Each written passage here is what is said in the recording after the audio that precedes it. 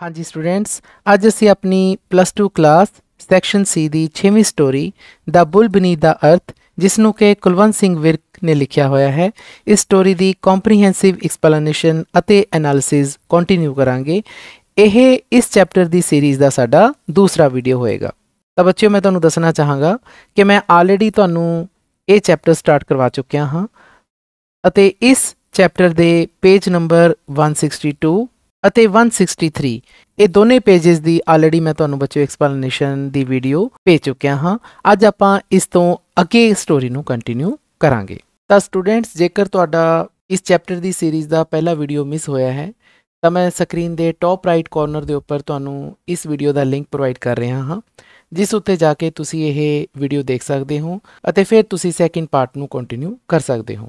Then, to arouse Man Singh's interest in the geography of his village, he said, "Have you seen that and before?" ਤਾਂ ਮਾਨ ਸਿੰਘ ਦੇ interest ਨੂੰ ਅਰਾਊਜ਼ ਕਰਨ ਦੇ ਲਈ, ਮਤਲਬ ਕਿ ਉਸ ਦੇ ਅੰਦਰ ਥੋੜਾ ਜਿਹਾ ਇੰਟਰਸਟ ਪੈਦਾ ਕਰਨ ਦੇ ਲਈ ਕਿ ਉਸ ਦਾ ਪਿੰਡ ਕਿੱਥੇ ਕੁ ਸਥਿਤ ਹੈ, ਉਹਦੀ ਜਿਓਗ੍ਰਾਫੀ ਕਿਹੋ ਜਿਹੀ ਹੈ, ਕਰਮ ਸਿੰਘ ਕਹਿੰਦਾ ਕਿ ਤੂੰ ਕਦੇ ਉਸ ਪਾਸੇ ਗਿਆ?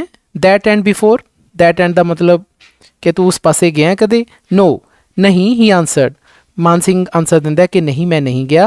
I have pass through Amritsar, मैं अमृतसर दे विचों तां लंघिया, पास थ्रू किसी दे विचों लंघना, बट नैवर गॉन बियॉन्ड, पर अमृतसर तो परा नहीं गया। बियॉन्ड पहला भी शब्द आया बच्चों, ਇਹਦਾ मतलब ਹੁੰਦਾ है परले पासे। There are a number of gurdwara scattered all over the countryside. ਉਹ ਕਹਿੰਦਾ ਹੈ ਕਿ ਉਸ ਕੰਟਰੀ ਸਾਈਡ ਵੱਲ, ਨਾ ਕੰਟਰੀ ਸਾਈਡ ਮਤਲਬ ਇੱਥੇ ਪੇਂਡੂ ਇਲਾਕੇ ਤੋਂ ਕਿਹਾ ਗਿਆ ਕਿ ਉਸ ਪਿੰਡਾਂ ਵਾਲੇ ਇਲਾਕੇ ਦੇ ਚਾਰੇ ਪਾਸੇ बहुत सारे गुरुद्वाराज ने। ਸਕੈਟਰਡ का मतलब होंगे बच्चों जगह जगह होना किसी चीज़ का, उसनों ਸਕੈਟਰਡ कहते हैं। तो गुरुद्वारे किहड़े किहड़े ने जी? तरनतारन, खडूर साहिब एंड गोइंदवाल। तो ये बच्चों गुरुद्वारा साहब ने, ये सारे गुरुद्वारा साहब उस रस्ते ते आते हैं। You can visit all these, तुसी इन्हां सारे गुरुद्वारियां विच जा सकते हो मत्था टेकन। And then also see my people, अते फिर तुसी मेरे लोगों नूं भी मिलियो पिंड जाके। I will write to them, मैं उन्होंने चिट्ठी लिखांगा तेरे बारे कि तू आ रहे हैं। करम Singh went on in his enthusiastic self-engrossed manner। ਤਾਂ ਕਰਮ ਸਿੰਘ ਇਸੇ ਤਰ੍ਹਾਂ ਗੱਲਾਂ ਕਰਦਾ ਰਿਹਾ। ਆ ਦੇਖੋ ਇੱਥੇ 3 ਡਾਟਸ ਪਏ ਨੇ ਬੱਚਿਓ, ਇਹਦਾ ਮਤਲਬ ਹੈ ਕਿ ਉਸਨੇ ਹੋਰ ਗੱਲਾਂ ਵੀ ਕੀਤੀਆਂ ਨੇ। ਤਾਂ ਇਸ ਤਰ੍ਹਾਂ ਦੀਆਂ ਗੱਲਾਂ ਕਰਦਾ ਰਿਹਾ, ਕਿਵੇਂ? ਆਪਣੇ ਪੂਰੇ ਜੋਸ਼ੀਲੇ ਅੰਦਾਜ਼ 'ਚ। ਐਂਥੂਸੀਆਸਟਿਕ ਦਾ ਮਤਲਬ ਹੁੰਦਾ ਬੱਚਿਓ ਜੋਸ਼ ਨਾਲ, ਅਤੇ ਸੈਲਫ ਐਨਗਰੋਸ ਸ਼ਬਦ ਤੁਹਾਡੀ ਗਲੋਸਰੀ 'ਚ ਵੀ ਆਇਆ, ਜਿਸ ਦਾ ਮਤਲਬ ਹੈ ਸੋ ਇੰਟਰਸਟਿਡ ਔਰ involved in something that you give it all your attention, ਕਿ ਜਦੋਂ ਤੁਸੀਂ ਬਹੁਤ ਜ਼ਿਆਦਾ ਖੁੱਭ ਜਾਂਦੇ ਹੋ ਕੋਈ ਗੱਲ ਸੁਣਾਉਣ ਦੇ ਵਿੱਚ, ਤੇ ਫਿਰ ਤੁਸੀਂ ਬਹੁਤ ਸਾਰੀਆਂ ਗੱਲਾਂ ਕਰਦੇ ਹੋ, ਉਸ ਨੂੰ ਅਸੀਂ ਸੈਲਫ ਇਨਗਰੋਸਡ ਮੈਨਰ ਕਹਿੰਦੇ ਹਾਂ। ਤਾਂ ਬੱਚਿਓ, ਸਾਨੂੰ ਪਤਾ ਹੈ ਨਾ, ਅਸੀਂ ਉਸ ਪੈਰੇ ਦੇ ਵਿੱਚ ਪੜ੍ਹਿਆ ਕਿ ਕਰਮ ਸਿੰਘ ਦੀ ਖਾਸੀਅਤ ਹੈ ਕਿ ਉਹ ਬਹੁਤ ਹੀ ਵਧੀਆ ਗੱਲਾਂ ਕਰਦਾ ਹੈ ਅਤੇ ਗੱਲਾਂ ਦਾ ਉਸ ਕੋਲੇ ਭੰਡਾਰ ਹੈ। ਇਸੇ ਕਰਕੇ ਪਿੰਡ ਦੇ ਲੋਕ ਉਸ ਕੋਲੇ ਆ ਕੇ ਬੈਠਦੇ ਨੇ, ਉਸ ਦੀਆਂ ਗੱਲਾਂ ਸੁਣਦੇ ਨੇ, ਅਤੇ ਬਿਲਕੁਲ ਇਸੇ ਢੰਗ ਦੇ ਨਾਲ ਉਹ ਇਹ ਸਾਰੀਆਂ ਗੱਲਾਂ ਮਾਨ ਸਿੰਘ ਨੂੰ ਦੱਸ ਰਿਹਾ ਆਪਣੇ ਪਿੰਡ ਬਾਰੇ, ਉਸ ਦੇ ਇਲਾਕੇ ਬਾਰੇ, ਅਤੇ ਉਸ ਨੂੰ ਕਹਿ ਰਿਹਾ ਕਿ ਤੂੰ ਮੇਰੇ ਪਿੰਡ ਜਾਈਂ। ਤਾਂ ਉਸੇ ਸੈਲਫ ਐਨਗਰੋਸਡ ਮੈਨਰ ਦੇ ਵਿੱਚ, ਉਸੇ ਜੋਸ਼ੀਲੇ ਅੰਦਾਜ਼ ਦੇ ਵਿੱਚ ਐਂਥੂਸੀਆਸਟਿਕ ਹੋ ਕੇ ਉਹ ਮਾਨ ਸਿੰਘ ਨੂੰ ਇਹ ਸਾਰੀਆਂ ਗੱਲਾਂ ਦੱਸ ਰਿਹਾ ਹੈ। That is why Man Singh was now going in a tonga to Karam Singh's village toward the close of his holiday। इस करके मान सिंह, that is why ਦਾ ਮਤਲਬ ਇਸ ਕਰਕੇ ਮਾਨ ਸਿੰਘ ਹੁਣ ਜਾ ਰਿਹਾ ਹੈ ਟੋਂਗੇ ਦੇ ਵਿੱਚ ਕਰਮ ਸਿੰਘ ਦੇ ਪਿੰਡ ਵੱਲ ਨੂੰ। ਉਹ ਪਿੰਡ ਦਾ ਨਾਮ ਕੀ ਹੈ ਜੀ? ਥਾਤੀ ਖਾਰਾ। ਅਤੇ ਉਹ ਆਪਣੀ ਛੁੱਟੀਆਂ ਦੇ ਅੰਤ ਤੇ ਜਾ ਰਿਹਾ, ਮਤਲਬ ਕਿ ਹੁਣ ਉਸ ਦੀਆਂ ਛੁੱਟੀਆਂ ਖਤਮ ਹੋਣ ਵਾਲੀਆਂ ਨੇ। ਇਸ ਤੋਂ ਬਾਅਦ ਫਿਰ ਉਸਨੇ ਜਾ ਕੇ ਬਰਮਾ ਫਰੰਟ ਤੇ ਆਪਣੀ ਫੌਜ ਨੂੰ ਜੁਆਇਨ ਕਰਨਾ ਹੈ। ਤਾਂ ਬੱਚਿਓ, ਇਹ ਜਿਹੜੀਆਂ ਲਾਈਨਸ ਆਈਆਂ ਨੇ, ਇੱਥੋਂ ਸਾਨੂੰ 2 ਗੱਲਾਂ ਦਾ ਪਤਾ ਚੱਲਦਾ ਜੋ ਸਾਨੂੰ ਯਾਦ ਰੱਖਣੀਆਂ ਚਾਹੀਦੀਆਂ ਨੇ। ਪਹਿਲੀ ਗੱਲ ਇਹ ਹੈ ਕਿ ਮਾਨ ਸਿੰਘ ਦੀਆਂ ਛੁੱਟੀਆਂ ਖਤਮ ਹੋਣ ਵਾਲੀਆਂ ਨੇ। ਜ਼ਿਆਦਾਤਰ ਉਸਨੇ ਆਪਣੀਆਂ ਛੁੱਟੀਆਂ ਆਪਣੇ ਪਿੰਡ ਚੂਹਰਕਾਨਾ ਵੱਲ ਬਿਤਾ ਲੀਆਂ, ਹੁਣ ਉਹ ਛੁੱਟੀਆਂ ਦੇ ਅੰਤ ਤੇ ਪਿੰਡ ਆ ਰਿਹਾ ਹੈ। ਤੇ ਦੂਸਰੀ ਗੱਲ ਬੱਚਿਓ, ਤੁਸੀਂ ਇਹ ਵੀ ਯਾਦ ਰੱਖਣੀ ਹੈ ਕਿ ਕਰਮ ਸਿੰਘ ਨੇ ਆਪਣੇ ਘਰੇ ਚਿੱਠੀ ਲਿਖੀ ਹੈ ਕਿ ਉਸ ਦਾ ਦੋਸਤ ਮਾਨ ਸਿੰਘ ਤੁਹਾਨੂੰ ਮਿਲਣ ਪਿੰਡ ਆ ਰਿਹਾ ਹੈ, ਕਿਉਂਕਿ ਇਹਨਾਂ ਦੋਨਾਂ ਗੱਲਾਂ ਦੇ ਨਾਲ ਸਾਨੂੰ ਅਗਲੀ ਸਟੋਰੀ ਸਮਝਣ ਦੇ ਵਿੱਚ ਆਸਾਨੀ ਜ਼ਿਆਦਾ ਹੋਏਗੀ। ਸਟੂਡੈਂਟਸ, ਮੈਂ +1 ਅਤੇ +2 ਕਲਾਸਿਸ ਦੇ ਜਨਰਲ ਇੰਗਲਿਸ਼ ਅਤੇ ਇਲੈਕਟਿਵ ਇੰਗਲਿਸ਼ ਦੇ ਬਹੁਤ ਸਾਰੇ ਵੀਡੀਓਜ਼ ਬਣਾਏ ਹੋਏ ਹਨ। ਇਹਨਾਂ ਵੀਡੀਓਜ਼ ਨੂੰ ਦੇਖਣ ਦੇ ਲਈ ਤੁਸੀਂ YouTube ਦੀ ਸਰਚ ਬਾਰ 'ਤੇ ਜਾ ਕੇ ਦੀਪਕ ਸੂਦ ਲਵ ਲਰਨਿੰਗ ਟੂ ਲੀਡ ਟਾਈਪ ਕਰੋ। ਰਿਜ਼ਲਟ ਵਿੱਚ ਆਈ ਪਹਿਲੀ ਸਾਈਟ 'ਤੇ ਦੀਪਕ ਸੂਦ 'ਤੇ ਜਾ ਕੇ ਕਲਿੱਕ ਕਰੋ। ਤਾਂ ਇਸ ਤਰ੍ਹਾਂ ਤੁਸੀਂ ਚੈਨਲ 'ਤੇ ਪਹੁੰਚ ਜਾਵੋਗੇ, ਜਿੱਥੇ ਤੁਸੀਂ ਵੀਡੀਓਜ਼ ਦਾ ਇੱਕ ਸੈਕਸ਼ਨ ਦੇਖੋਗੇ। ਵੀਡੀਓਜ਼ 'ਤੇ ਕਲਿੱਕ ਕਰੋ, ਤੁਹਾਨੂੰ ਮੇਰੀਆਂ ਬਣਾਈਆਂ ਹੋਈਆਂ ਸਾਰੀਆਂ ਵੀਡੀਓਜ਼ ਤੁਹਾਨੂੰ ਮਿਲ ਜਾਣਗੀਆਂ। ਇਸ ਦੇ ਵਿੱਚ +1 +2 ਦੀਆਂ ਸਾਰੀਆਂ ਕਲਾਸਿਸ ਦੀਆਂ ਜੋ ਮੈਂ ਵੀਡੀਓਜ਼ ਬਣਾਈਆਂ ਹਨ ਉਹ ਸ਼ਾਮਿਲ ਹਨ। ਪਲੇਲਿਸਟ ਵਾਲੇ ਸੈਕਸ਼ਨ 'ਤੇ ਜਾ ਕੇ ਤੁਸੀਂ ਸਾਰੀਆਂ ਪਲੇਲਿਸਟ ਪ੍ਰਾਪਤ ਕਰ ਪਾਓਗੇ, ਜਿਵੇਂ ਕਿ ਕਲਾਸ 12 ਦੀ ਪਲੇਲਿਸਟ ਚੌਥੇ ਨੰਬਰ 'ਤੇ ਹੈ। ਇਸ 'ਤੇ ਤੁਸੀਂ ਜਾ ਕੇ ਜਦੋਂ ਵਿਊ ਫੁੱਲ ਪਲੇਲਿਸਟ ਕਰੋਗੇ ਤਾਂ ਤੁਹਾਨੂੰ ਕਲਾਸ 12 ਦੀਆਂ ਸਾਰੀਆਂ ਵੀਡੀਓਜ਼ ਮਿਲ ਜਾਣਗੀਆਂ। ਇਸੇ ਤਰ੍ਹਾਂ ਤੁਸੀਂ ਬਾਕੀ ਕਲਾਸ 11 ਉਹਨਾਂ ਦੀ ਪਲੇਲਿਸਟ 'ਤੇ ਜਾ ਕੇ ਸਾਰੀਆਂ ਵੀਡੀਓਜ਼ प्राप्त कर सकते हो। ਅਤੇ ਇਸੇ ਤਰ੍ਹਾਂ मैं क्लास 11 ਤੇ क्लास 12 ਦੀਆਂ ग्रामर ਦੀਆਂ ਵੀਡੀਓ ਲਿਸਟ बनाई हुई है, ਤਾਂ ਉਹ ਸਾਰੀਆਂ ਵੀਡੀਓਜ਼ ਤੁਹਾਨੂੰ ਪ੍ਰਾਪਤ ਹੋ ਜਾਣਗੀਆਂ। ਅਤੇ ਇੱਕ ਪਲੇਲਿਸਟ ਇੰਗਲਿਸ਼ ਇਲੈਕਟਿਵ क्लास 11 ਦੀ ਵੀ ਹੈ, ਅਤੇ ਉਸ ਦੇ ਵਿੱਚ ਤੁਹਾਨੂੰ ਸਾਰੀਆਂ क्लास 11 ਦੀਆਂ ਪਲੇਲਿਸਟ ਪ੍ਰਾਪਤ ਹੋ ਜਾਣਗੀਆਂ। ਤਾਂ ਮੈਂ ਤੁਹਾਨੂੰ ਸਾਰਿਆਂ ਨੂੰ ਅਪੀਲ ਕਰਦਾ ਹਾਂ ਕਿ ਇੱਕ ਵਾਰ ਤੁਸੀਂ ਦੀਪਕ ਸੂਦ ਲਵ ਲਰਨਿੰਗ ਟੂ ਲੀਡ ਚੈਨਲ 'ਤੇ ਜ਼ਰੂਰ ਵਿਜ਼ਿਟ ਕਰੋ। ਇਟ ਇਜ਼ ਮਾਨ ਸਿੰਘ ਬਾਪੂ ਜੀ ਫਰੋਮ ਚੂਹੜਕਾਨਾ। ਤਾਂ ਮਾਨ ਸਿੰਘ ਬੋਲਦਾ ਹੈ ਕਿ ਮੈਂ ਮਾਨ ਸਿੰਘ ਹਾਂ ਬਾਪੂ ਜੀ ਚੂਹੜਕਾਨਾ ਤੋਂ। ਤਾਂ ਉਹ ਕਿਸੇ ਇਨਸਾਨ ਨੂੰ ਦੇਖਦਾ ਹੋਣਾ ਨੈਚੁਰਲੀ, ਹੁਣ ਉਹ ਪਿੰਡ ਪਹੁੰਚ ਚੁੱਕਿਆ ਤਾਂ ਹੀ ਉਸਨੇ ਇਹ ਵਰਡਸ ਕਹੇ ਨੇ। Man Singh joined his hands in respect as he greeted the old man sitting in the porch of Karam Singh's house. ਤਾਂ ਮਾਨ ਸਿੰਘ ਆਪਣੇ ਹੱਥ ਜੋੜਦਾ ਹੈ ਜੀ, ਜਿਵੇਂ ਕਿ ਆਪਾਂ ਕਿਸੇ ਨੂੰ ਸਤਿ ਸ਼੍ਰੀ ਅਕਾਲ ਬੁਲਾਉਂਦੇ ਹਾਂ, ਤਾਂ ਇਸ ਤਰੀਕੇ ਨਾਲ ਉਹ ਆਪਣੇ ਹੱਥ ਜੋੜਦਾ ਹੈ ਇਨ ਰਿਸਪੈਕਟ ਆਦਰ ਵਜੋਂ, ਕਿਉਂਕਿ ਉਹ ਗ੍ਰੀਟ ਕਰਦਾ ਹੈ। ਗ੍ਰੀਟ ਦਾ ਮਤਲਬ ਇੱਥੇ ਸਤਿ ਸ਼੍ਰੀ ਅਕਾਲ ਕਰਨ ਨੂੰ ਜਾਂ ਨਮਸਕਾਰ ਕਰਨ ਨੂੰ ਕਿਹਾ ਜਾਂਦਾ ਬੱਚਿਓ। ਉਹ ਇੱਕ ਓਲਡ ਮੈਨ ਨੂੰ, ਬੁੱਢੇ ਆਦਮੀ ਨੂੰ ਗ੍ਰੀਟ ਕਰਦਾ ਹੈ, ਉਸ ਨੂੰ ਸਤਿ ਸ਼੍ਰੀ ਅਕਾਲ ਕਹਿੰਦਾ ਹੈ। Sitting in the porch, porch ਦੇ ਵਿੱਚ ਬੈਠਦੇ ਹੋਏ। ਪੋਰਚ ਤੁਹਾਨੂੰ ਪਤਾ ਬੱਚਿਓ ਆਪਣੇ ਘਰ ਦੇ ਵਿੱਚ ਜਿਹੜੀ ਖੁੱਲ੍ਹੀ ਜਗ੍ਹਾ ਹੁੰਦੀ ਹੈ ਗੇਟ ਦੇ ਕੋਲ, ਉਸ ਨੂੰ ਪੋਰਚ ਕਿਹਾ ਜਾਂਦਾ ਹੈ। ਤਾਂ ਇਹ ਪੋਰਚ ਕਿਹੜੇ ਘਰ ਦਾ ਹੁੰਦਾ ਜੀ? ਕਰਮ ਸਿੰਘ ਦੇ ਘਰ ਦਾ। ਤਾਂ ਕਰਮ ਸਿੰਘ ਦੇ ਘਰ ਉਹ ਪਹੁੰਚ ਚੁੱਕਿਆ, ਉੱਥੋਂ ਇੱਕ ਓਲਡ ਮੈਨ ਬੁੱਢੇ ਆਦਮੀ ਨੂੰ ਦੇਖਦਾ ਹੈ ਅਤੇ ਉਸ ਨੂੰ ਉਹ ਸਤਿ ਸ਼੍ਰੀ ਅਕਾਲ ਕਹਿੰਦਾ ਹੋਇਆ ਇਹ ਵਰਡ ਕਹਿੰਦਾ ਹੈ ਕਿ ਮੈਂ ਚੂਹੜਕਾਨਾ ਤੋਂ ਮਾਨ ਸਿੰਘ ਹਾਂ। Come take your seat, welcome to you said the old man with an air of preoccupation।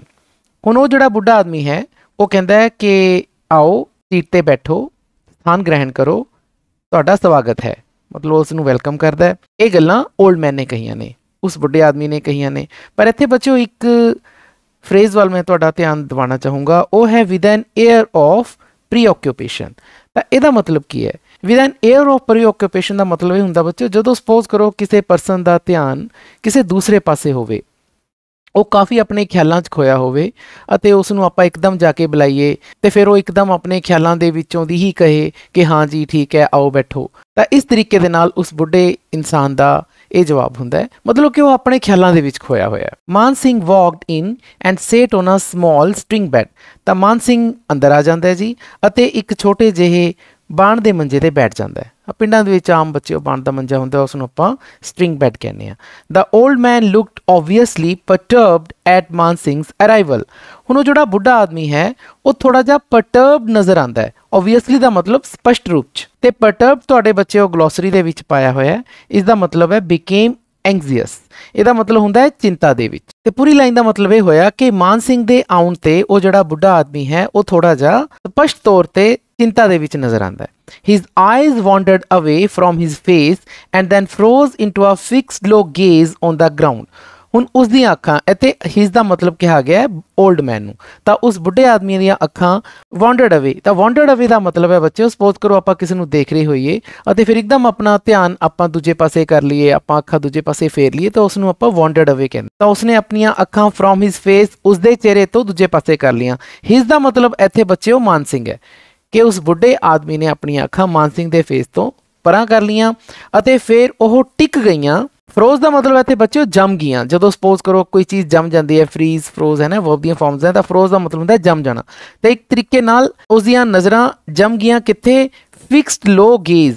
ਤਾਂ ਗੇਜ਼ ਦਾ ਮਤਲਬ ਹੁੰਦਾ ਬੱਚਿਓ ਘੂਰ ਕੇ ਦੇਖਣਾ। ਜਦ ਆਪਾਂ ਬਹੁਤ ਦੇਰ ਇੱਕੋ ਚੀਜ਼ ਨੂੰ ਦੇਖਦੇ ਰਹਿੰਦੇ ਹਾਂ ਉਸ ਨੂੰ ਆਪਾਂ ਗੇਜ਼ ਕਹਿੰਦੇ ਹਾਂ। ਕਿੱਥੇ? ਉਹ ਇੱਕਦਮ ਉਸ ਦੀਆਂ ਨਜ਼ਰਾਂ ਜੰਮ ਗਈਆਂ, ਘੂਰ ਕੇ ਦੇਖਣ ਲੱਗੀਆਂ ਔਨ ਦਾ ਗਰਾਊਂਡ, ਜ਼ਮੀਨ ਵੱਲ। ਤਾਂ ਇਹ ਪੂਰੀ ਲਾਈਨ ਦਾ ਮਤਲਬ ਇਹ ਹੈ ਬੱਚਿਓ ਕਿ ਮਾਨ ਸਿੰਘ ਦੇ ਆਉਣ 'ਤੇ ਉਹ ਬੁੱਢਾ ਆਦਮੀ ਥੋੜ੍ਹਾ ਚਿੰਤਾ 'ਚ ਸਾਨੂੰ ਨਜ਼ਰ ਆਉਂਦਾ ਹੈ ਅਤੇ ਉਹ ਉਸ ਵੱਲ ਪ੍ਰੋਪਰ ਦੇਖ ਵੀ ਨਹੀਂ ਰਿਹਾ। ਉਹ ਮਾਨ ਸਿੰਘ ਦੇ ਵੱਲੋਂ ਆਪਣੀਆਂ ਨਜ਼ਰਾਂ ਹਟਾ ਕੇ ਜ਼ਮੀਨ ਵੱਲ ਟਿਕਟਿਕੀ ਦੇ ਨਾਲ ਦੇਖਣ ਲੱਗ ਜਾਂਦਾ ਹੈ। ਮਾਨ ਸਿੰਘ ਵਾਜ਼ ਬਾਈ ਨੋ ਮੀਨਸ ਆਫ ਐਨ ਇੰਪੇਸ਼ੈਂਟ ਡਿਸਪੋਜੀਸ਼ਨ। ਇੱਥੇ ਬੱਚਿਓ ਇੱਕ ਫਰੇਜ਼ ਆਇਆ ਇੰਪੇਸ਼ੈਂਟ ਡਿਸਪੋਜੀਸ਼ਨ। ਡਿਸਪੋਜੀਸ਼ਨ ਸ਼ਬਦ ਤੁਹਾਡੀ ਗਲੋਸਰੀ 'ਚ ਵੀ ਹੈ। ਇਸ ਦਾ ਮਤਲਬ ਹੈ the natural qualities of a person's character. ਇੱਕ ਪਰਸਨ ਦੇ ਚਰਿੱਤਰ ਦੇ ਵਿੱਚ ਜਿਹੜੀਆਂ ਖਾਸ ਕੁਆਲਿਟੀਜ਼ ਹੁੰਦੀਆਂ ਨੇ, ਕੁਦਰਤੀ ਕੁਆਲਿਟੀ ਹੁੰਦੀਆਂ ਨੇ, ਉਸ ਨੂੰ ਆਪਾਂ ਡਿਸਪੋਜੀਸ਼ਨ ਕਹਿੰਦੇ ਹਾਂ। ਤਾਂ ਇੱਥੇ ਇਹ ਲਿਖਿਆ ਹੋਇਆ ਕਿ ਮਾਨ ਸਿੰਘ ਕਿਸੇ ਵੀ ਤਰੀਕੇ ਦੇ ਨਾਲ ਬੇਸਬਰਾ ਇਨਸਾਨ ਨਹੀਂ ਸੀ। ਇੱਥੇ ਬਾਈ ਨੋ ਮੀਨਸ ਵੀ ਇੱਕ ਫਰੇਜ਼ ਹੈ ਜਿਸ ਦਾ ਮਤਲਬ ਹੁੰਦਾ ਹੈ ਵੀ ਕਿਸੇ ਵੀ ਤਰੀਕੇ ਦੇ ਨਾਲ ਨਾ ਹੋਣਾ। ਜਦ ਆਪਾਂ ਕਹਿੰਦੇ ਹਾਂ ਨਾ ਵੀ ਕਿਸੇ ਵੀ ਤਰੀਕੇ ਦੇ ਨਾਲ ਉਹ ਬੰਦਾ ਜਿਹੜਾ ਉਹ ਬੇਈਮਾਨੀ ਹੈ, ਉਹ ਤਾਂ ਬੜਾ ਇਮਾਨਦਾਰ ਬੰਦਾ। ਤਾਂ ਇੱਥੇ ਮਾਨ ਸਿੰਘ ਦੇ ਬਾਰੇ ਇਹ ਗੱਲ ਕਹੀ ਗਈ ਹੈ ਕਿ ਉਹ ਕਿਸੇ ਵੀ ਤਰੀਕੇ ਦੇ ਨਾਲ ਉਹ ਬੇਸਬਰਾ ਇਨਸਾਨ ਨਹੀਂ ਸੀ। But he thought this welcome rather queer. ਪਰ ਉਸਨੇ ਇਹ ਸੋਚਿਆ ਕਿ ਜਿਹੜੀ ਮੇਰੀ ਵੈਲਕਮ ਹੋਈ ਹੈ ਥੋੜ੍ਹੀ ਜਿਹੀ ਸਟਰੇਂਜ ਹੋਈ ਹੈ ਨਾ। क्वीर ਦਾ ਮਤਲਬ ਹੁੰਦਾ ਬੱਚਿਓ ਸਟ੍ਰੇਂਜ, ਜਾਂ ਜਿਸ ਨੂੰ ਆਪਾਂ ਪੰਜਾਬੀ ਦੇ ਵਿੱਚ ਅਜੀਬ ਕਹਿੰਦੇ ਆ। ਤਾਂ ਬੱਚਿਓ ਇਹਦਾ ਅਜੀਬ ਹੋਈ ਹੋਈ ਆ ਉਸ ਦੀ ਵੈਲਕਮ ਕਿਵੇਂ, ਦੇਖੋ ਦੋ ਤਿੰਨ ਗੱਲਾਂ ਤੋਂ ਸਾਨੂੰ ਪਤਾ ਚੱਲਦਾ ਹੈ। ਜਦੋਂ ਉਹ ਕਰਮ ਸਿੰਘ ਦੇ ਘਰ ਪਹੁੰਚਦਾ ਹੈ ਤਾਂ ਓਲਡ ਮੈਨ ਜਿਹੜਾ ਹੈ, ਬੁੱਢਾ ਆਦਮੀ ਹੈ, ਥੋੜ੍ਹਾ ਜਿਹਾ ਆਪਣੇ ਹੀ ਖਿਆਲਾਂ 'ਚ ਖੋਇਆ ਹੋਇਆ ਹੈ। ਦੂਸਰੀ ਗੱਲ, ਜਦੋਂ ਉਹ ਉਸ ਨਾਲ ਗੱਲ ਕਰ ਰਿਹਾ ਹੁੰਦਾ ਹੈ ਤਾਂ ਉਹ ਬੁੱਢਾ ਆਦਮੀ ਉਸ ਦੇ ਚਿਹਰੇ ਵੱਲ ਨਹੀਂ ਦੇਖ ਰਿਹਾ, ਜ਼ਮੀਨ ਵੱਲ ਵਾਰ-ਵਾਰ ਦੇਖੀ ਜਾ ਰਿਹਾ ਹੈ ਅਤੇ ਉਹ ਚਿੰਤਾ 'ਚ ਨਜ਼ਰ ਆ ਰਿਹਾ ਹੈ। ਤਾਂ ਇਹ ਸਾਰੀਆਂ ਗੱਲਾਂ ਦੇ ਨਾਲ ਮਾਨ ਸਿੰਘ ਨੂੰ ਐਂ ਲੱਗਦਾ ਹੈ ਕਿ ਜਿਹੜੀ ਮੇਰੀ ਵੈਲਕਮ ਹੋਈ ਹੈ, ਇਸ ਘਰ ਦੇ ਵਿੱਚ ਸਵਾਗਤ ਹੋਇਆ, ਉਹਨਾਂ ਜੋਸ਼ੀਲਾ ਨਹੀਂ ਹੋਇਆ, ਬੜਾ ਹੀ ਅਜੀਬ ਜਿਹੇ ਤਰੀਕੇ ਦੇ ਨਾਲ ਠੰਡਾ ਜਿਹਾ ਸਵਾਗਤ ਹੋਇਆ। For a moment he persuaded himself that the old man was not Karam Singh's father। ਤਾਂ ਕੁਝ ਪਲ ਦੇ ਲਈ, ਮੋਮੈਂਟ ਦਾ ਮਤਲਬ ਹੁੰਦਾ ਬੱਚਿਓ ਪਲ, ਤਾਂ ਕੁਝ ਪਲਾਂ ਦੇ ਲਈ ਹੀ persuaded himself, ਉਸਨੇ ਆਪਣੇ ਆਪ ਨੂੰ ਇਹ ਮਨਾਉਣ ਦੀ ਕੋਸ਼ਿਸ਼ ਕੀਤੀ। ਇੱਥੇ persuade ਦਾ ਮਤਲਬ ਹੁੰਦਾ ਬੱਚਿਓ ਕਿਸੇ ਨੂੰ ਮਨਾਉਣਾ। ਤਾਂ ਉਸਨੇ ਆਪਣੇ ਮਨ ਨੂੰ ਸਮਝਾਇਆ, ਉਸਨੇ ਆਪਣੇ ਮਨ ਨੂੰ ਸਮਝਾਇਆ ਕਿ ਜਿਹੜਾ ਮੇਰਾ ਇਸ ਇਨਸਾਨ ਨੇ ਇੰਨਾ ਠੰਡਾ ਜਿਹਾ ਵੈਲਕਮ ਕੀਤਾ ਹੈ, ਸ਼ਾਇਦ ਇਹ ਕਰਮ ਸਿੰਘ ਦਾ ਪਿਤਾ ਨਹੀਂ ਹੈ। ਤਾਂ ਉਸਨੇ ਇਸ ਗੱਲ ਨਾਲ ਆਪਣੇ ਆਪ ਨੂੰ ਸਮਝਾ ਲਿਆ।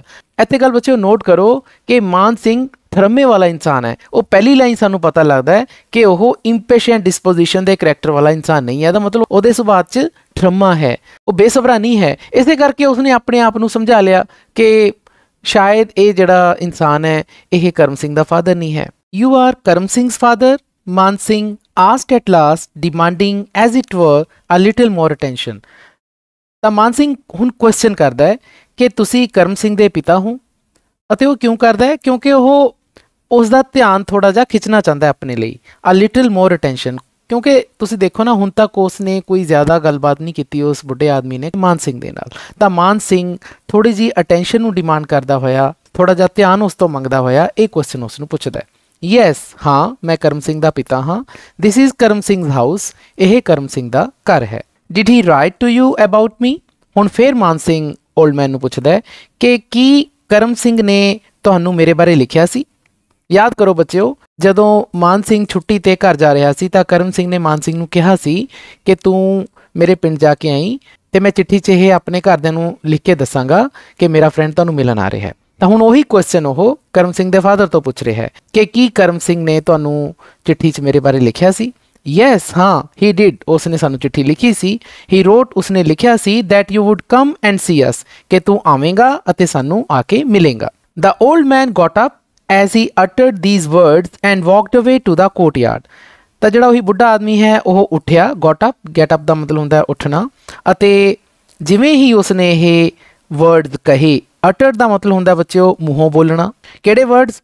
ਉੱਪਰ ਵਾਲਾ ਸੈਂਟੈਂਸ ਆ ਵਾਲਾ ਸਾਰਾ, ਕਿ ਹਾਂ ਕਰਮ ਸਿੰਘ ਨੇ ਲਿਖਿਆ ਸੀ ਚਿੱਠੀ 'ਚ ਕਿ ਤੂੰ ਸਾਨੂੰ ਮਿਲਣ ਆਏਗਾ। ਇਹ ਸ਼ਬਦ ਕਹਿ ਕੇ ਉਹ ਉੱਠਿਆ ਅਤੇ ਦੂਰ ਚਲਾ ਗਿਆ ਟੂ ਦਾ ਕੋਰਟਯਾਰਡ, ਵਰਾਂਡੇ ਦੀ ਤਰਫ। He unfastened a buffalo calf from one trough and tied it to another. ਤਾਂ ਜਦੋਂ ਵਰਾਂਡੇ ਦੀ ਤਰਫ ਗਿਆ ਤਾਂ ਉਸਨੇ ਇੱਕ ਮੱਝ ਦੇ ਵੱਛੇ ਨੂੰ ਟਰੋਫ ਤੋਂ ਅਨਫਾਸਨ ਕੀਤਾ। ਅਨਫਾਸਨ ਦਾ ਮਤਲਬ ਹੁੰਦਾ ਬੱਚਿਓ ਜਿਵੇਂ ਕਿੱਲੇ ਨਾਲ ਕੋਈ ਜਾਨਵਰ ਬੰਨਿਆ ਹੁੰਦਾ ਹੈ ਤਾਂ ਅਸੀਂ ਉਸ ਨੂੰ ਜਦੋਂ ਕਿੱਲੇ ਤੋਂ ਫ੍ਰੀ ਕਰਦੇ ਹਾਂ ਤਾਂ ਉਸ ਨੂੰ ਅਨਫਾਸਨ ਕਿਹਾ ਜਾਂਦਾ ਹੈ। ਤਾਂ ਇੱਥੇ ਬਫਲੋ ਕਾਫ ਕਿਹਾ ਗਿਆ ਮੱਝ ਦੇ ਵੱਛੇ ਨੂੰ। ਅਤੇ ਟਰੋਫ ਸ਼ਬਦ ਤੁਹਾਡੀ ਗਲੋਸਰੀ 'ਚ ਆਇਆ ਬੱਚਿਓ, ਤਾਂ ਟਰੋਫ ਦਾ ਮਤਲਬ ਹੁੰਦਾ ਹੈ long narrow open container for animals to eat or drink from. ਤਾਂ ਬੱਚਿਓ ਇੱਕ ਛੋਟਾ ਜਿਹਾ ਕੁੰਡ ਬਣਿਆ ਹੁੰਦਾ ਹੈ, ਜਾਂ ਹੋਦੀ ਵੀ ਕਹਿ ਦਿੰਦੇ ਆ ਉਸ ਨੂੰ, ਉਹਦੇ ਵਿੱਚ ਆਪਾਂ ਪਾਣੀ ਪਾ ਦਈਏ ਤਾਂ ਕਿ ਗਾਂ ਜਾਂ ਮੱਝ ਵਗੈਰਾ ਜਾਨਵਰ ਜਿਹੜੇ ਆ ਉਸ 'ਚੋਂ ਪਾਣੀ ਪੀ ਸਕਣ, ਈਵਨ ਕਿ ਚਾਰਾ ਵੀ ਪਾਇਆ ਜਾਂਦਾ ਹੈ, ਤਾਂ ਉਸ ਨੂੰ ਅਸੀਂ ਟਰੋਫ ਕਹਿੰਦੇ ਹਾਂ। ਉਸ ਟਰੋਫ ਤੋਂ ਉਸ ਬਫਲੋ ਕਾਫ ਨੂੰ ਅਨਫਾਸਨ ਕੀਤਾ, ਇੱਕ ਹੋਰ ਪਾਸੇ ਉਸ ਨੂੰ ਬੰਨਤਾ। ਇੱਥੇ ਇਟ ਦਾ ਮਤਲਬ ਉਸੇ ਬਫਲੋ ਕਾਫ ਨੂੰ ਕਿਹਾ ਗਿਆ, ਮੱਝ ਦੇ ਬੱਚੇ ਨੂੰ ਕਿਹਾ ਗਿਆ, ਮਤਲਬ ਇੱਕ ਕਿੱਲੇ ਤੋਂ ਉਹ ਦੂਸਰੇ ਕਿੱਲੇ ਵੱਲ ਉਸ ਮੱਝ ਦੇ ਬੱਚੇ ਨੂੰ ਲੈ ਗਿਆ। He started patting the animal and gave it his hand to lick. ਤਾਂ ਉਸਨੇ ਉਸ ਐਨੀਮਲ ਨੂੰ, ਉਸ ਜਾਨਵਰ ਨੂੰ, ਕਿਹੜੇ ਜਾਨਵਰ ਨੂੰ? ਉਸੇ ਬਫਲੋ ਕਾਫ ਨੂੰ ਉਸਨੇ ਆਪਣੇ ਹੱਥ ਦੇ ਨਾਲ ਪੈਟ ਕਰਨਾ ਸ਼ੁਰੂ ਕਰਤਾ, ਮਤਲਬ ਥਪਥਪਾਉਣਾ ਸ਼ੁਰੂ ਕਰਤਾ, ਅਤੇ ਆਪਣਾ ਹੈਂਡ ਵੀ ਉਸ ਨੂੰ ਲਿਕ ਕਰਨ ਲਈ ਦਿੱਤਾ। ਤੁਹਾਨੂੰ ਬੱਚਿਓ ਪਤਾ ਹੈ ਨਾ ਕਿ ਜਿਹੜੇ ਜਾਨਵਰ ਹੁੰਦੇ ਨੇ ਇਹ ਆਪਣੇ ਜੀਭ ਦੇ ਨਾਲ ਲਿਕ ਕਰਕੇ ਆਪਣੇ ਮਾਲਕ ਦੇ ਪ੍ਰਤੀ ਪਿਆਰ ਦਿਖਾਉਂਦੇ ਨੇ, ਤਾਂ ਇਹੀ ਗੱਲ ਇੱਥੇ ਬੱਚਿਓ ਸ਼ੋਅ ਕੀਤੀ ਗਈ ਹੈ। Then he went inside to announce Man Singh's arrival and asked for tea to be sent to him। ਅਤੇ ਫਿਰ ਉਹ ਘਰ ਦੇ ਅੰਦਰ ਚਲਾ ਗਿਆ ਇਹ ਦੱਸਣ ਦੇ ਲਈ, ਇਹ ਘੋਸ਼ਣਾ ਕਰਨ ਦੇ ਲਈ ਕਿ ਮਾਨ ਸਿੰਘ ਆ ਗਿਆ ਹੈ, ਅਤੇ ਫਿਰ ਉਸਨੇ ਕਿਹਾ ਕਿ ਉਸ ਨੂੰ ਚਾਹ ਲਿਆ ਕੇ ਦਿੱਤੀ ਜਾਵੇ। ਮਤਲਬ ਉਹ ਘਰ ਦੇ ਬਾਕੀ ਮੈਂਬਰਾਂ ਨੂੰ ਜਾ ਕੇ ਉਸਨੇ ਅੰਦਰ ਜਾ ਕੇ ਕਿਹਾ ਕਿ ਮਾਨ ਸਿੰਘ ਜੋ ਕਿ ਕਰਮ ਸਿੰਘ ਦਾ ਫਰੈਂਡ ਹੈ ਉਹ ਆਇਆ ਅਤੇ ਉਸ ਲਈ ਚਾਹ ਬਣਾ ਕੇ ਲਿਆਓ। And as if he feared coming back to the porch again, he paused in the courtyard, this time near the mayor। ਅਤੇ ਇਹ ਲੱਗ ਰਿਹਾ ਸੀ ਜਿਵੇਂ ਕਿ ਉਹ ਪੋਰਚ ਵੱਲ ਆਉਣ ਤੋਂ ਦੁਬਾਰਾ ਕਤਰਾ ਰਿਹਾ ਹੈ ਜਾਂ ਉਸ ਨੂੰ ਡਰ ਲੱਗ ਰਿਹਾ ਹੈ। ਇੱਥੇ ਫੀਅਰ ਦਾ ਮਤਲਬ ਬੱਚਿਓ ਇਹ ਹੈ, ਜਦੋਂ ਉਸਨੇ ਘਰ ਦੇ ਅੰਦਰ ਜਾ ਕੇ ਮਾਨ ਸਿੰਘ ਦੇ ਲਈ ਚਾਹ ਲਿਆਉਣ ਲਈ ਘਰ ਦੇ ਮੈਂਬਰਾਂ ਨੂੰ ਕਿਹਾ, ਐ ਲੱਗ ਰਿਹਾ ਸੀ ਜਿਵੇਂ ਉਹ ਪੋਰਚ ਵਿੱਚ ਦੁਬਾਰਾ ਆਉਣ ਤੋਂ ਡਰ ਰਿਹਾ ਹੁੰਦਾ ਹੈ ਜਿੱਥੇ ਕਿ ਮਾਨ ਸਿੰਘ ਬੈਠਾ ਹੈ। ਹੀ ਪੌਜ਼ਡ, ਉਹ ਆਉਂਦੇ ਹੋਏ ਰੁਕਿਆ। ਇਨ ਦਾ ਕੋਰਟਯਾਰਡ, ਉਸੇ ਵਰਾਂਡੇ ਦੇ ਵਿੱਚ। ਦਿਸ ਟਾਈਮ, ਇਸ ਸਮੇਂ। ਹੁਣ ਉਹ ਕਿੱਥੇ ਰੁਕਿਆ? ਇੱਕ ਮੇਅਰ ਕੋਲੇ, ਇੱਕ ਘੋੜੀ ਵੀ ਰੱਖੀ ਹੋਈ ਹੈ ਜੀ, ਤਾਂ ਉਹਦੇ ਕੋਲੇ ਰੁਕਿਆ। He turned up the chaff in front of her and put in some more gram, ਤਾਂ ਉਸਨੇ ਜਿਹੜੀ ਉਸਦੇ ਅੱਗੇ ਤੂੜੀ ਪਾਈ ਹੋਈ ਸੀ, ਤੇ ਚੈਫ ਦਾ ਮਤਲਬ ਹੁੰਦਾ ਬੱਚਿਓ ਤੂੜੀ, ਉਸਨੂੰ ਉਸਨੇ ਟਰਨ ਅਪ ਕੀਤਾ, ਜਿਵੇਂ ਆਪਾਂ ਪਲਟਾ ਦਿੰਦੇ ਨਾ ਤੂੜੀ ਨੂੰ, ਤਾਂ ਇਸ ਤਰੀਕੇ ਦੇ ਨਾਲ ਉਸਨੇ ਤੂੜੀ ਨੂੰ ਪਲਟਾਇਆ। ਇਨ ਫਰੰਟ ਆਫ ਦਾ ਮਤਲਬ ਉਹਦੇ ਸਾਹਮਣੇ ਜਿਹੜੀ ਤੂੜੀ ਪਈ ਸੀ। ਇੱਥੇ ਇਨ ਫਰੰਟ ਆਫ ਫਰੇਜ਼ ਹੈ, ਇਹਦਾ ਮਤਲਬ ਹੁੰਦਾ ਸਾਹਮਣੇ। ਅਤੇ ਉਸਨੇ ਉਸ ਤੂੜੀ ਦੇ ਵਿੱਚ, ਉਸ ਚੈਫ ਦੇ ਵਿੱਚ ਥੋੜਾ ਜਿਹਾ ਗ੍ਰੈਮ ਪਾਇਆ, ਤਾਂ ਗ੍ਰੈਮ ਦਾ ਮਤਲਬ ਇੱਥੇ ਬੱਚਿਓ ਦਾਣਿਆਂ ਨੂੰ ਕਿਹਾ ਜਾ ਸਕਦਾ ਹੈ, ਤਾਂ ਕੁਝ ਹੋਰ ਦਾਣੇ ਵੀ ਉਸਨੇ ਪਾਏ। ਤਾਂ ਬੱਚਿਓ ਜੇ ਤੁਸੀਂ ਪੂਰਾ ਪੈਰਾ ਇਹ ਪੜ੍ਹੋ ਤਾਂ ਇਹਦੇ ਵਿੱਚ ਇਸ ਤਰ੍ਹਾਂ ਲੱਗ ਰਿਹਾ ਹੈ ਕਿ ਜਿਹੜਾ ਓਲਡ ਮੈਨ ਹੈ ਉਹ ਮਾਨ ਸਿੰਘ ਦੇ ਨਾਲ ਗੱਲ ਕਰਨ ਤੋਂ ਕਤਰਾ ਰਿਹਾ ਹੈ, ਈਵਨ ਕਿ ਉਸ ਦੇ ਨਾਲ ਬੈਠਣ ਤੋਂ ਵੀ ਕਤਰਾ ਰਿਹਾ ਹੈ। ਉਹ ਉੱਠ ਕੇ ਚਲਾ ਜਾਂਦਾ ਹੈ, ਜਦੋਂ ਮਾਨ ਸਿੰਘ ਉਸ ਨਾਲ ਗੱਲ ਸਟਾਰਟ ਕਰਨ ਦੀ ਕੋਸ਼ਿਸ਼ ਕਰਦਾ ਹੈ ਤਾਂ ਉੱਠ ਕੇ ਚਲਾ ਜਾਂਦਾ ਹੈ। ਘਰ ਦੇ ਅੰਦਰ ਜਾ ਕੇ ਉਹ ਉਸ ਲਈ ਚਾਹ ਲਿਆਉਣ ਲਈ ਕਹਿੰਦਾ, ਅਤੇ ਵਾਪਸ ਵੀ ਜਦੋਂ ਉਸਨੇ ਪੋਰਚ ਵੱਲ ਆਉਣਾ ਹੁੰਦਾ ਬੱਚਿਓ ਤਾਂ ਵੀ ਉਹ ਇਸ ਤਰ੍ਹਾਂ ਲੱਗ ਰਿਹਾ ਹੁੰਦਾ ਜਿਵੇਂ ਕਿ ਉਹ ਮਾਨ ਸਿੰਘ ਕੋਲ ਨਹੀਂ ਆਉਣਾ ਚਾਹੁੰਦਾ। ਕਦੇ ਉਹ ਆਪਣੇ ਬਫਲੋ ਕੋਲ ਚਲਾ ਜਾਂਦਾ ਹੈ, ਮੱਝ ਕੋਲ ਚਲਾ ਜਾਂਦਾ ਹੈ, ਕਦੇ ਆਪਣੀ ਮੇਅਰ ਕੋਲ, ਘੋੜੀ ਕੋਲ ਚਲਾ ਜਾਂਦਾ ਹੈ। ਪੂਰੇ ਪਹਿਰੇ ਤੋਂ ਇਹ ਲੱਗ ਰਿਹਾ ਹੈ ਕਿ ਉਹ ਓਲਡ ਮੈਨ ਮਾਨ ਸਿੰਘ ਦੇ ਸਾਹਮਣੇ ਨਹੀਂ ਆਉਣਾ ਚਾਹੁੰਦਾ, ਉਸ ਨਾਲ ਕੋਈ ਗੱਲ ਨਹੀਂ ਕਰਨੀ ਚਾਹੁੰਦਾ। ਹੁਣ ਅਜਿਹਾ ਕਿਉਂ ਹੈ? ਤਾਂ ਬੱਚਿਓ ਇਸ ਗੱਲ ਦਾ ਜਵਾਬ ਸਾਨੂੰ ਆਉਣ ਵਾਲੀਆਂ ਲਾਈਨਸ ਦੇ ਵਿੱਚ ਪਤਾ ਲੱਗੇਗਾ। Then he came back to the porch, ਫਿਰ ਉਹ ਪੋਰਚ ਵਾਪਸ ਆ ਜਾਂਦਾ ਹੈ। ਇੱਥੇ ਹੀ ਦਾ ਮਤਲਬ ਉਸੇ ਓਲਡ ਮੈਨ ਨੂੰ ਕਿਹਾ ਗਿਆ, ਕਰਮ ਸਿੰਘ ਦੇ ਫਾਦਰ ਨੂੰ। ਹਾਲਾਂਕਿ ਆਉਣਾ ਨਹੀਂ ਚਾਹੁੰਦਾ ਸੀ ਲੇਕਿਨ ਉਹ ਆ ਜਾਂਦਾ ਹੈ। But he seemed lost as before, ਪਰੰਤੂ ਉਹ ਸਾਨੂੰ ਹੁਣ ਵੀ ਆਪਣੇ ਹੀ ਖਿਆਲਾਂ 'ਚ ਖੋਇਆ ਨਜ਼ਰ ਆਉਂਦਾ ਹੈ। ਇੱਥੇ ਬੱਚਿਓ ਹੀ ਸੀਮਡ ਲੌਸਟ ਦਾ ਮਤਲਬ ਇਹ ਹੈ ਕਿ ਉਹ ਆਪਣੇ ਖਿਆਲਾਂ 'ਚ ਖੋਇਆ, ਪਤਾ ਹੀ ਨਹੀਂ ਲੱਗ ਰਿਹਾ ਕਿ ਕੋਈ ਉਸਦੇ ਮਹਿਮਾਨ ਘਰ 'ਚ ਆਇਆ, ਉਸਦੇ ਮਨ 'ਚ ਕੁਝ ਚੱਲ ਰਿਹਾ ਹੈ ਜਿਵੇਂ ਕਿ ਪਹਿਲਾਂ ਚੱਲ ਰਿਹਾ ਸੀ। ਯਾਦ ਕਰੋ ਪਹਿਲਾਂ ਇੱਕ ਫਰੇਜ਼ ਆਇਆ ਸੀ ਬੱਚਿਓ, with an air of preoccupation, ਤਾਂ ਸੇਮ ਉਹੀ ਚੀਜ਼ ਇੱਥੇ ਹੈ।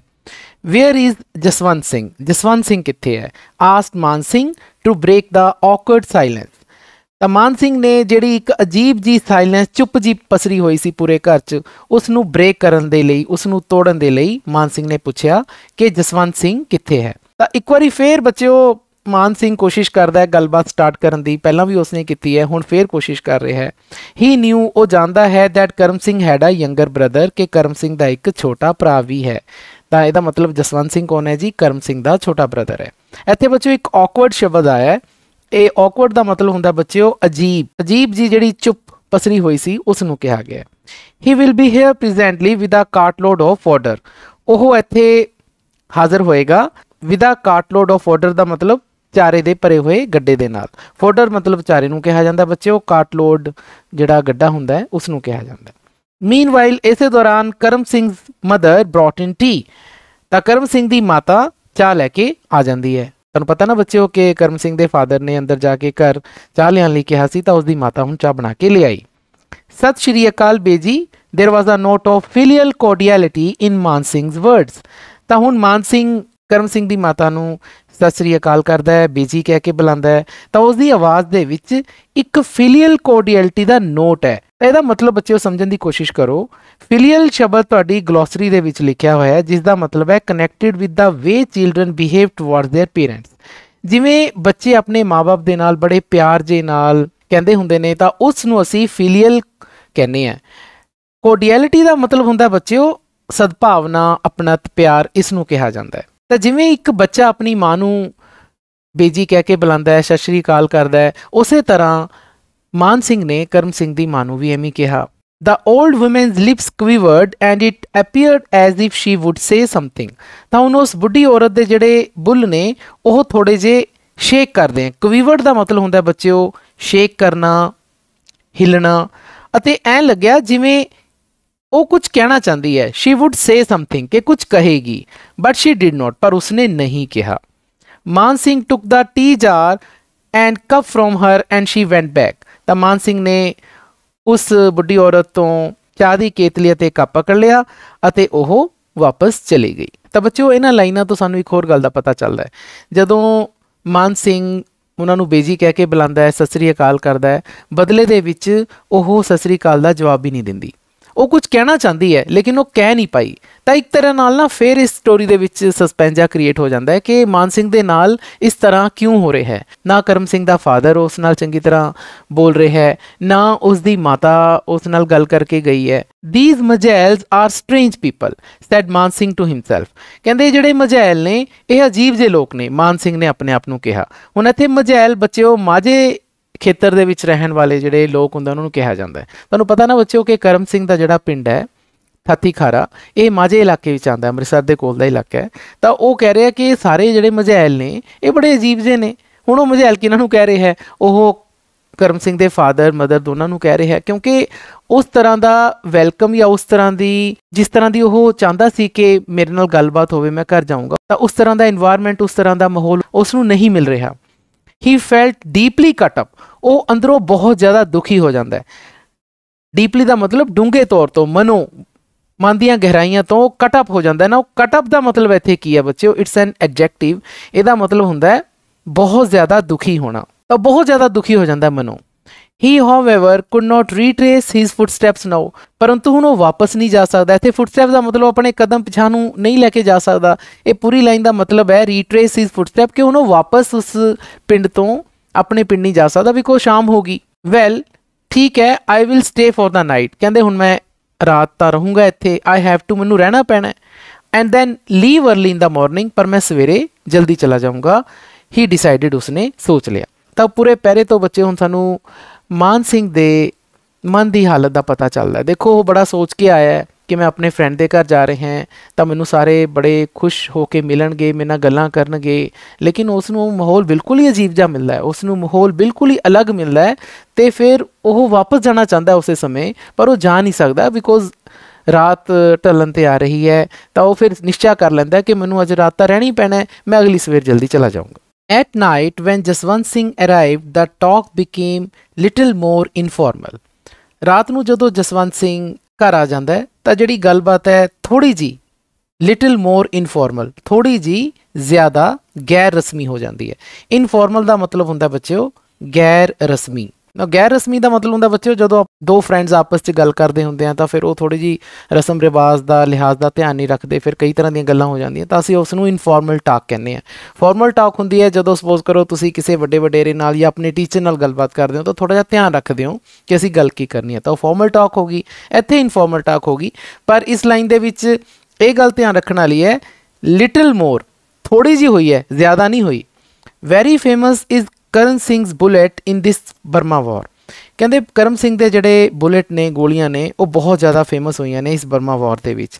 Light him pull the trigger and down comes a Japanese from where we know not. ਹੁਣ ਉਹ ਕਹਿੰਦਾ ਹੈ ਕਿ ਜਦੋਂ ਵੀ ਉਹ ਟ੍ਰਿਗਰ ਦਬਦਾ ਹੈ, ਕਰਮ ਸਿੰਘ ਦੀ ਗੱਲ ਹੁੰਦੀ ਹੈ ਕਿ ਜਦੋਂ ਵੀ ਕਰਮ ਸਿੰਘ ਨੂੰ ਟ੍ਰਿਗਰ ਦਬਾਉਣ ਦਾ ਮੌਕਾ ਮਿਲਦਾ ਹੈ, ਟ੍ਰਿਗਰ ਨੂੰ ਬੱਚਿਓ ਪਿਸਟਲ ਦੇ ਘੋੜੇ ਨੂੰ ਵੀ ਕਿਹਾ ਜਾਂਦਾ, ਤਾਂ ਉਹ ਪਿਸਟਲ ਦਾ ਜਿਹੜਾ ਟ੍ਰਿਗਰ ਹੁੰਦਾ ਜਦੋਂ ਉਸ ਨੂੰ ਦਬਦਾ ਹੈ ਤਾਂ ਇੱਕ ਅੱਧਾ ਜੈਪਨੀਜ਼ ਜਿਹੜਾ ਹੁੰਦਾ ਹੈ ਨੀਚੇ ਗਿਰਦਾ ਹੈ। ਕਿੱਥੋਂ ਗਿਰਦਾ ਹੈ ਸਾਨੂੰ ਨਹੀਂ ਪਤਾ। ਯਾਦ ਕਰੋ ਬੱਚਿਓ, ਚੈਪਟਰ ਦੇ ਸ਼ੁਰੂ ਦੇ ਵਿੱਚ ਜਦੋਂ ਕਰਮ ਸਿੰਘ ਦੇ ਬਾਰੇ ਗੱਲਾਂ ਆਈਆਂ ਸੀਗੀਆਂ ਤਾਂ ਦੱਸਿਆ ਗਿਆ ਸੀ ਕਿ ਕਰਮ ਸਿੰਘ ਕ੍ਰੈਕ ਸ਼ਾਟ ਹੈ, ਨਿਸ਼ਾਨੇਬਾਜ਼ ਹੈ, ਅਜਿਹਾ ਨਿਸ਼ਾਨੇਬਾਜ਼ ਹੈ ਕਿ ਜਦੋਂ ਵੀ ਗੋਲੀ ਚੱਲਦੀ ਹੈ ਤਾਂ ਜਿਹੜੇ ਜੈਪਨੀਜ਼ ਦਰਖਤਾਂ ਦੇ ਵਿੱਚ ਪੱਤਿਆਂ ਦੇ ਵਿੱਚ ਛੁਪੇ ਬੈਠੇ ਹੁੰਦੇ ਸੀਗੇ ਉਹ ਅਜੀਬ ਜਿਹੇ ਢੰਗ ਨਾਲ ਨੀਚੇ ਗਿਰਦੇ ਸੀ। ਤਾਂ ਉਹੀ ਗੱਲ ਇੱਥੇ ਦੁਬਾਰਾ ਰਿਪੀਟ ਕੀਤੀ ਗਈ ਹੈ। Going up with him we never know how he spotted him out. ਕਹਿੰਦੇ ਜਦੋਂ ਵੀ ਅਸੀਂ ਉਸ ਨਾਲ ਜਾਂਦੇ ਹਾਂ, ਗੋਇੰਗ ਅਪ ਵਿਦ ਹਿਮ, ਇੱਥੇ ਹਿਮ ਦੇ ਮਤਲਬ ਕਰਮ ਸਿੰਘ ਦੀ ਉਹ ਗੱਲ ਹੋ ਰਹੀ ਹੈ ਪੂਰੇ ਪੈਰੇ 'ਚ, ਸਾਨੂੰ ਕਦੇ ਨਹੀਂ ਪਤਾ ਲੱਗਿਆ ਕਿ ਉਹ ਕਿਵੇਂ ਉਹਨਾਂ ਨੂੰ ਸਪੋਟ ਆਊਟ ਕਰ ਲੈਂਦਾ ਨਾ। ਸਪੋਟ ਆਊਟ ਦਾ ਮਤਲਬ ਹੁੰਦਾ ਬੱਚੇ ਉਹ ਲੱਭ ਲੈਣਾ, ਤਾਂ ਇੱਥੇ ਸਪੋਟ ਆਊਟ ਦਾ ਮਤਲਬ ਹੈ ਕਿ ਜੰਗਲੀ ਇਲਾਕੇ ਦੇ ਵਿੱਚ ਜਦੋਂ ਉਹ ਜੈਪਨੀਜ਼ ਨੂੰ ਲੱਭਦਾ ਹੈ ਅਤੇ ਫਿਰ ਲੱਭ ਕੇ ਉਹ ਸ਼ੂਟ ਕਰ ਦਿੰਦਾ ਅਤੇ ਉਹ ਨੀਚੇ ਗਿਰਦਾ ਹੈ। ਸਾਨੂੰ ਨਹੀਂ ਪਤਾ ਲੱਗਦਾ ਕਿ ਉਹਨੇ ਐਵੇਂ ਕਿ ਉਹ ਕਿਵੇਂ ਕਰ ਪਾਉਂਦਾ ਐਵੇਂ। ਤਾਂ ਬੱਚਿਓ ਜੇਕਰ ਤੁਸੀਂ ਇਹ ਪੂਰੀ ਲਾਈਨ ਦੇਖੋ ਨਾ ਤਾਂ ਇਸ ਲਾਈਨ ਦੇ ਐਂਡ ਦੇ ਵਿੱਚ ਕੁਝ ਡਾਟਸ ਆਏ ਨੇ, ਫਿਰ ਇਹ ਕੋਟਸ ਦੇ ਨਾਲ ਖਤਮ ਹੋ ਰਹੀ ਹੈ। ਇਹ ਜਿਹੜੇ ਡਾਟਸ ਹੈ ਇਹ ਕਲੀਅਰ ਕਰਦੇ ਹੈ ਕਿ ਮਾਨ ਸਿੰਘ ਕੋਈ ਗੱਲ ਸੁਣਾ ਰਿਹਾ ਹੈ, ਸੁਣਾਉਂਦਾ ਸੁਣਾਉਂਦਾ ਰੁਕ ਜਾਂਦਾ ਹੈ। ਤਾਂ ਇਸ ਦੇ ਬਾਰੇ ਅਗਲੇ ਪੈਰੇ ਵਿੱਚ ਦੱਸਿਆ ਗਿਆ ਹੈ ਕਿ here Man Singh paused hoping that he would be asked many more questions about Karam Singh. ਤਾਂ ਇੱਥੇ ਮਾਨ ਸਿੰਘ ਰੁਕ ਜਾਂਦਾ ਹੈ ਇਹ ਹੋਪ ਕਰਦੇ ਹੋਏ, ਇਹ ਆਸ ਕਰਦੇ ਹੋਏ ਕਿ ਉਸ ਤੋਂ ਪੁੱਛੇ ਜਾਣਗੇ ਬਹੁਤ ਸਾਰੇ ਕੁਐਸਚਨਸ ਕਰਮ ਸਿੰਘ ਦੇ ਬਾਰੇ। ਉਹ ਤਾਂ ਰੁਕਦਾ ਹੈ। The Japanese and the war, Japanese ਬਾਰੇ ਪੁੱਛੇ ਜਾਣਗੇ, ਉਸ ਯੁੱਧ ਦੇ ਬਾਰੇ, ਬਰਮਾ ਵਾਰ ਦੇ ਬਾਰੇ ਪੁੱਛੇ ਜਾਣਗੇ। ਹੀ ਵਾਜ਼ ਫੁੱਲ ਆਫ ਨਿਊਜ਼, ਤਾਂ ਉਹ ਖਬਰਾਂ ਨਾਲ ਭਰਿਆ ਹੋਇਆ ਕਿਉਂਕਿ ਜੰਗ ਲੜ ਕੇ ਆ ਰਿਹਾ, ਉਹ ਛੁੱਟੀ 'ਤੇ ਆਇਆ ਤਾਂ ਖਬਰਾਂ ਤਾਂ ਉਹਦੇ ਕੋਲ ਬਹੁਤ ਨੇ। He wanted to take the weight of his chest, तो उसके दिल च जिन्नियां भी खबरां ने उन्होंने बाहर कढ़निया चाहता है, उन्होंने दसनिया चाहता है। वेट ऑफ का मतलब इत्थे है कि वो खबरों का भार जिहड़ा उन्हें चक्या होया वो अपने आप ना खबरों तो हल्का करना चाहता है, वो सारिया खबरां दसना चाहता है सामने वालियां नूं। But here nobody care to listen to him, nobody was interested. पर इत्थे की हो रहा है, कोई भी बंदा उस दियां गल्लां वल ध्यान नहीं दे रहा, सुन ही नहीं रहा, अते कोई इंटरस्ट भी नहीं लै रहा। तो बच्चे जिहड़े आपां ने हुण 2 पैरे पढ़े ने उहदे विच सिर्फ मान सिंह ही बोलण की कोशिश कर रहा है, ना करम सिंह का फादर बोल रहा है, ना उसकी माता, ना कोई होर उसके परिवार का मैंबर। तो इत्थों पता चलता है कि उस दियां गल्लां वल परिवार का कोई ध्यान नहीं है, अते ओह ईवन के उन्हां गल्लां दे विच इंटरस्ट भी नहीं लै रहे। When do we get our canal water next Jaswant, आज the father after a rather prolonged dull interval. हुण करम सिंह का फादर पुछदा है काफ़ी लंबे सारे अंतराल तो बाद जिहड़ा कि डल है। इंटरवल का मतलब इत्थे बच्चे हुंदा है अंतराल, डल का मतलब बड़ा ही बोरिंग जा समा, तो काफ़ी ज़्यादा बोरिंग समा हो गया क्योंकि गल्लां बातें ही नहीं हो रही। करम सिंह का फादर पुछदा अपने बेटे जसवंत नूं असीं नहर के पानी नूं अगली बारी कदों प्राप्त करांगे। The day after tomorrow at 3 o'clock in the morning. तो जसवंत सिंह आंसर दिंदा है कि परसों मिलूगा जी, आने वाला परसों। द डे आफ्टर टुमारो का मतलब होंगे बच्चे परसों। जे आप आने वाले परसों की गल करिए तो डे आफ्टर टुमारो होंगे, जे जड़ा बीत गया परसों उन्होंने आप द डे बिफोर यस्टरडे कहा जाता है। तो कदों मिलूगा जी, समा दस्या होया है सवेर वेले 3 बजे, 3 o'clock in the morning. This reference to time gave Man Singh another opportunity to take up the thread of his talk. तो हुण इत्थे समय का जिक्र होया, रेफरेंस टू टाइम समा किहड़ा उही सवेर दे 3 बजे का जिक्र होया। तो इस नाल मान सिंह नूं एक होर मौका मिलिया, opportunity का मतलब मौका, कि ओह फिर दोबारा तो अपनी गलबात नूं शुरू करे। To take up the thread of his talk. तो बच्चों इत्थे एक इडियम आया है, मुहावरा आया है, वो है to take up the thread of something. ਇਹਦਾ मतलब होंगे बच्चे resume something that has been interrupted, भी कोई गल जिहड़ी इंटरप्ट हो गई होवे, रुक गई होवे, आपां उस नूं दोबारा स्टार्ट करिए, उस चीज़ दे लई आपां ये वाला इडियम मुहावरा यूज़ करते हैं। तो इत्थे की चीज़ रुक गई सी, इत्थे गलबात रुक गई सी, तो गलबात नूं दोबारा शुरू करन दे लई उस नूं एक मौका मिलिया। किवें मौका मिलिया? क्योंकि उस गलबात दे विच समय का जिक्र होया सी। तो मान सिंह नूं लग्या कि सवेर वाले समय का जिक्र होया, चलो इत्थों आपां गल चक्कीए दोबारा। तो मान सिंह दा ट्राई कर रहा गल करन दी, है ना। तो फिर वो की कहंदा है, यस करम Singh in the army is at least spared his brother of rising so early, कि करम सिंह ने आर्मी च जाके अपने भरा नूं जल्दी उठन दे लई छड्डता। एटलीस्ट चलो छड्डता, स्पेयर का मतलब छड्डता कि वो छड्ड के चला गया कि चलो हुण मेरा भरा जल्दी उठ जाया करूगा। He loves his morning sleep, कहते वो तो अपनी मॉर्निंग स्लीप बहुत पसंद करता है। इत्थे ही का मतलब करम सिंह तो ही है। And is always last among us there to get up, अते वो साडे सारियां दे विचों सब तो देर नाल उठदा है। लास्ट सब तो अखीरला हुंदा है, एमंग अस साडे विचों टू गैट अप मतलब असीं सारे जल्दी उठ जाने, लेकिन सब तो लेट कौन उठदा है? करम सिंह। मान Singh could talk of his friend ceaselessly, tirelessly, but even the last remark of his failed to arouse any visible interest among his audience। तो जो मान सिंह है वो अपने दोस्त बारे, दोस्त इत्थे किनू कहा गया जी? करम सिंह नूं ही कहा गया है। उस दे बारे वो बिना रुके, सीजलैसली का मतलब बिना रुके, टायरलैसली का मतलब बिना थके उस दे बारे गल कर सकता है। पर इत्थों तक कि वह जो लास्ट रिमार्क है, लास्ट रिमार्क किहड़ा? स्लीप वाला। करम सिंह नूं अपनी नींद बहुत प्यारी है, तो वो जोड़े रिमार्क वो जोड़ा उसने गल कही है वो भी फेल हो जाती है। बाकी सारियां दी गलबात दे विच इंटरस्ट जगाउण दे विच भी फेल हो जाती है। अराउज का मतलब होंदा बच्चों जगाउणा। इत्थे किस नूं जगाउण दी गल हो रही है? विजिबल इंटरस्ट, रुचि। ऑडियंस इत्थे किनूं कहा गया है? करम सिंह दी फैमिली नूं कहा गया है। हुण उहदा पूरा परिवार बैठा ना, तो लेकिन वही कला गल कर रहा है, होर कोई गल ही नहीं कर रहा। तो उसने सवेर दे 3 बजे के समय का सहारा लैके भी गलबात करने की कोशिश शुरू की कि करम सिंह नूं स्लीप बहुत प्यारी है, चलो हुण उहदा भरा जल्दी उठ जाता, उन्होंने उठन की लोड़ नहीं क्योंकि हुण आर्मी चला गया। लेकिन ये गल नाल भी उसका मनोरथ पूरा नहीं हुंदा, गलबात फिर शुरू नहीं हुंदी। मान सिंह दीयां गल्लां नाल ही जिहड़ी उन्हां दी गलबात है उत्थे रुक जाती है। The food came, there were special dishes made for him.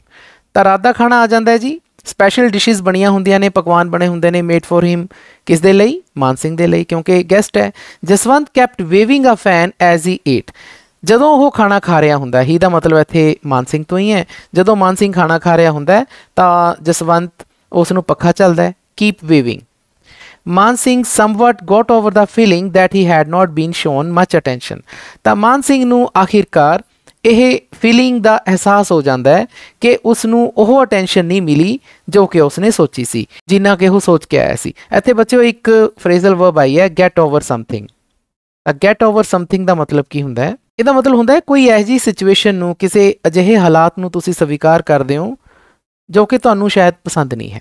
ਤਾਂ ਹੁਣ ਉਸਨੇ ਸਵੀਕਾਰ ਕਰ ਲਿਆ ਕਿ ਠੀਕ ਹੈ, ਇਹ ਪਰਿਵਾਰ ਮੇਰੇ ਨਾਲ ਜ਼ਿਆਦਾ ਗੱਲਬਾਤ ਨਹੀਂ ਕਰਨਾ ਚਾਹੁੰਦਾ, ਚਲੋ ਠੀਕ ਹੈ ਜੀ, ਨਹੀਂ ਕਰਨਾ ਚਾਹੁੰਦਾ। ਤਾਂ ਉਸਨੇ ਇਸ ਫੀਲਿੰਗ ਨੂੰ ਸਮਝ ਲਿਆ। ਇੱਥੇ ਇਸੇ ਗੱਲ ਦਾ ਜ਼ਿਕਰ ਹੈ। ਤਾਂ ਬੱਚੇ ਹੁਣ ਤੱਕ ਆਪਾਂ ਦੇਖਿਆ ਹੈ ਕਿ ਪੂਰਾ ਪਰਿਵਾਰ ਮਾਨ ਸਿੰਘ ਦੀਆਂ ਗੱਲਾਂ ਵਿੱਚ ਕੋਈ ਇੰਟਰਸਟ ਨਹੀਂ ਲੈ ਰਿਹਾ, ਈਵਨ ਕਿ ਉਸ ਦੀਆਂ ਗੱਲਾਂ ਵਿੱਚ ਪਾਰਟਿਸਿਪੇਟ ਵੀ ਨਹੀਂ ਕਰ ਰਿਹਾ। ਅਜਿਹਾ ਕਿਉਂ?